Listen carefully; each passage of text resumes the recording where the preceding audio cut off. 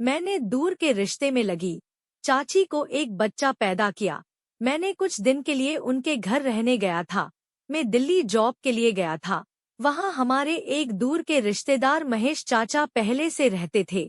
मैंने उनके पास में एक कमरा किराए पर ले लिया और वहाँ जॉब चालू कर दी। एक बार मैंने 3 दिन की छुट्टी ली थी। उन 3 दिन की छुट्टी में एक दिन मैं चाचा के घर उनका सामान देने गया था। उस वक्त घर का दरवाजा खुला था।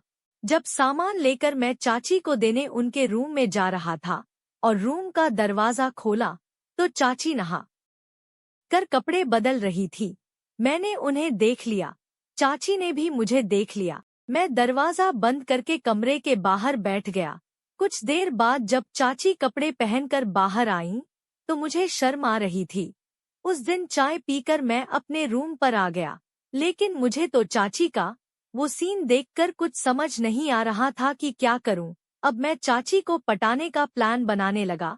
एक दिन मैं कमरे में सो रहा था। उसी समय अचानक से चाची मेरे कमरे में आ गई। उनको बाजार से कुछ सामान मंगवाना था। मैं सिर्फ अंडरवियर पहनकर ही सोया था। कमरे में आते ही चाची ने चादर खींच दी और मुझे जगाने के लिए आवाज देती हुई आगे को बढ़ी। चाची की आवाज सुनकर मैं जाग गया। मैंने कहा क्या हुआ? चाची ने कहा बाजार से कुछ सामान लाना है। मैंने कहा ठीक है। फिर मैं नहाकर बाजार चला गया और उधर से सामान लेकर चाची के घर गया। चाची ने मुझे बैठने को बोला। चाची किचन में चाय बनाने गईं।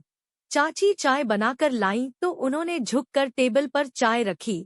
हम दोनों बैठकर चाय पीने लगे। उसी समय अचानक से चाची की चाय का कप गिर गया और उनकी जांघ पर गर्म चाय गिरी। मैंने चाची को जल्दी से पकड़कर उठाया और उनके रूम में ले आया। वो कराहती हुई बोली टेबल से क्रीम ले आओ।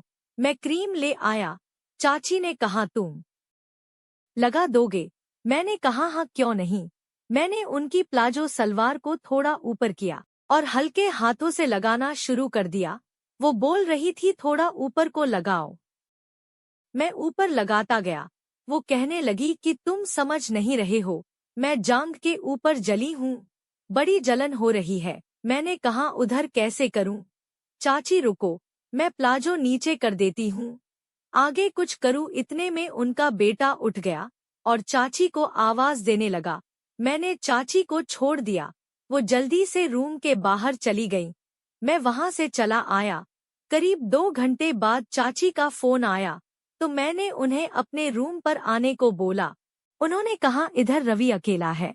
मैंने कहा ये तो दिक्कत है, उधर रवि कुछ करने नहीं देगा। उन्होंने मुझसे कहा तुम्हारे चाचा की 2 दिन बाद नाइट शिफ्ट आएगी तो उस वक्त तुम आ जाना। मैंने हामी भर दी। जैसे तैसे करके मैंने 2 दिन काट लिए। उस रात चाचा नाइट शिफ्ट में अपनी नौकरी पर चले गए। घर पर चाची और उनका बेटा रवि वहीं थे। चाचा के जाने के बाद तुरंत मैंने चाची को फोन किया तो उन्होंने कहा मैं रवि को सुलाकर तुम्हें कॉल करती हूँ। मैंने कहा ठीक है। तब तक मैं बैठा रहा और चाची के फोन का इंतजार करने लगा। करीब 10 बजे चाची का फोन आया। मैं फटाफट तैयार होकर चाची के घर निकल गया और जाकर दरवाजा खटखटाया तो चाची ने दरवाजा खोल दिया। जैसे ही चाची ने दरवाजा खोला, मैं उन्हें देखता ही रह गया। उन्होंने मादक अंदाज में कहा अंदर नहीं आना क्या?